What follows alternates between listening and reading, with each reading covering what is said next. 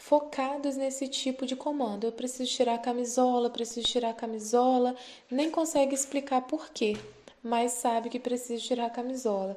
Então você vai vendo que são questões básicas e que geralmente não vai ter nenhum tipo de questão perigosa, né? Como em outros casos já vistos.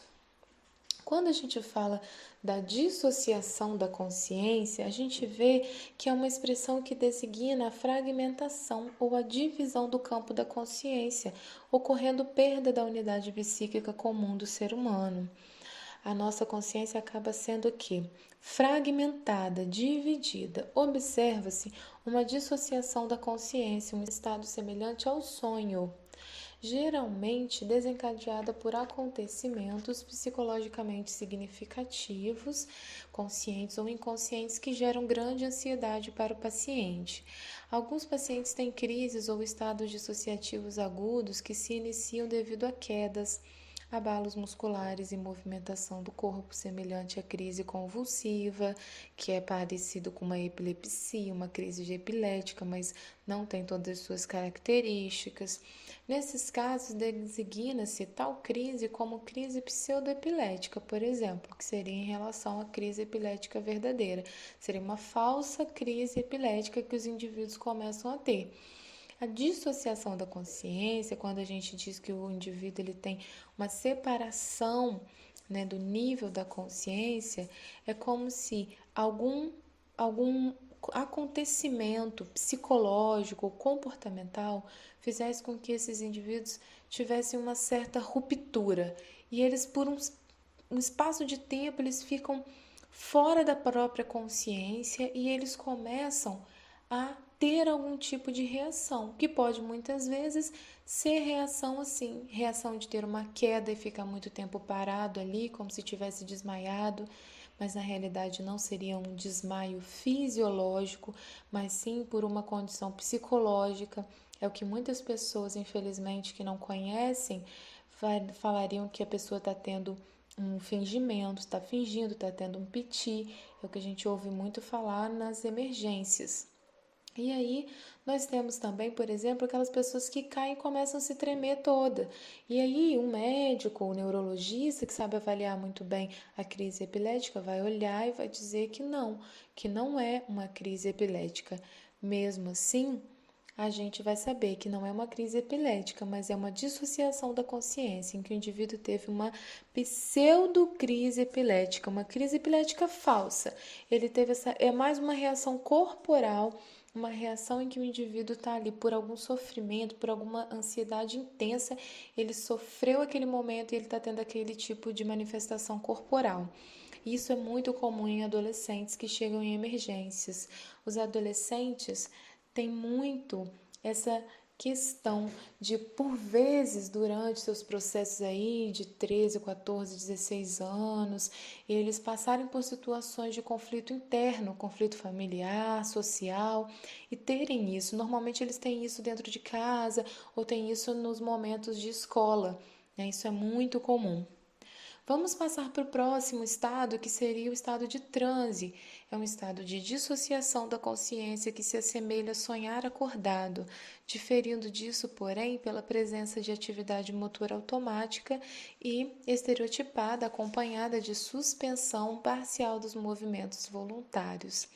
Esse estado de transe as pessoas costumam muito associar à questão de que, sabe quando você está vendo um filme e aí de repente você lá na frente você percebe, eu não estava pensando no filme, não prestei atenção e não sei o que se passou até agora.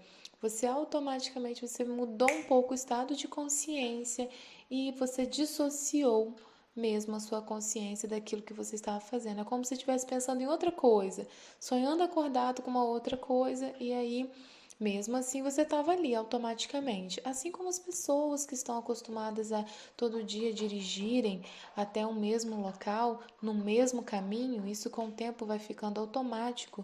E a partir do momento que fica automático, o indivíduo às vezes vai chegar lá e vai se atentar ao fato de que ele nem percebeu como que ele chegou, não percebeu o que passou pelo caminho, não sabe nem como que estacionou o carro. Ou seja, é algo que ficou tão automático que ele pode, por alguns momentos, perder a consciência mais atenta ao que estava acontecendo, que seria o ato de dirigir, e de repente ele já se vê lá no lugar, isso estava automático. E o fato dele estar nesse estado aí de transe não fez com que ele deixasse de saber dirigir, deixasse de ter os movimentos automáticos, que seriam da direção, por exemplo. No estado hipnótico, aí temos um estado de consciência reduzida e estreitada e de atenção concentrada que pode ser induzido por outra pessoa, que seria um hipnotizador. Trata-se de um estado de consciência semelhante ao transe, no qual a sugestionabilidade do indivíduo está aumentada e a sua atenção concentrada no hipnotizador. Nesse estado, podem ser lembradas cenas e fatos esquecidos e podem ser induzidos fenômenos como anestesia, paralisias, rigidez muscular, alteração vasomotoras. Não há nada de místico ou paranormal na hipnose, é apenas uma técnica refinada de concentração da atenção e atenção induzida do estado da consciência.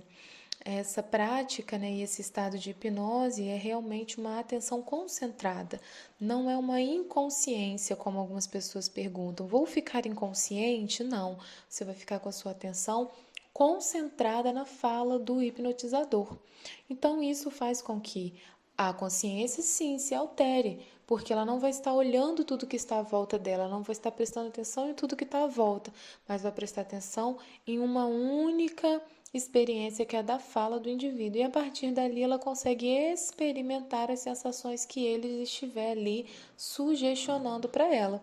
Né? E quando isso é utilizado para tratamento, é algo que tem efeitos positivos, sim, e é algo que tem muitos estudos, né, que perpassam esse campo do conhecimento.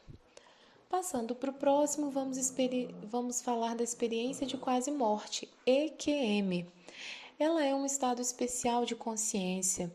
É verificada em situações críticas de ameaça grave à vida, como uma parada cardíaca, uma hipóxia, que é a falta de oxigenação do cérebro, em isquemias, acidente automobilístico grave, entre outros, quando alguns sobreviventes acabam afirmando ter vivenciado as chamadas experiências de quase morte. Elas são experiências muito rápidas, de segundos a minutos, com duração, em que o estado de consciência particular é vivenciado e registrado por essas pessoas. Então, essas pessoas, ela pela situação grave de saúde, uma parada cardíaca, um acidente grave em que elas ficaram talvez em coma, elas voltam, né, quando retornam ao seu estado de consciência normal, elas relatam que tiveram algumas experiências, né? Elas vivenciaram uma experiência diferente, uma experiência totalmente particular.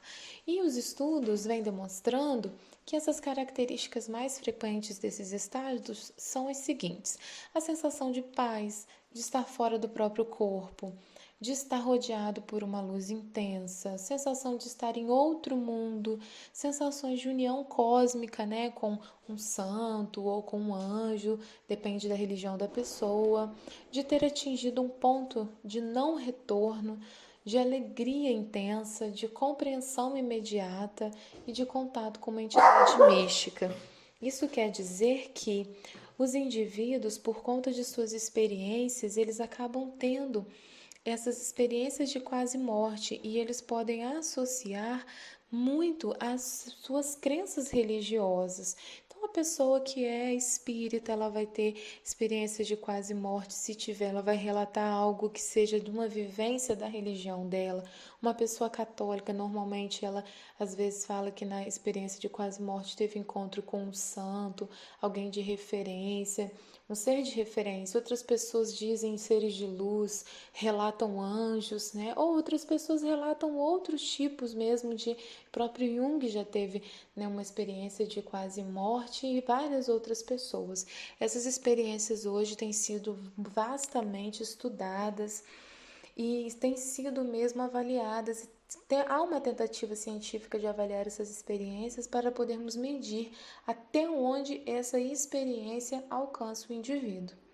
Então, por aqui, nós vamos finalizar o nosso estudo do capítulo 10 e nós estaremos juntos numa próxima aula. Aguardo vocês, bons estudos, fiquem bem.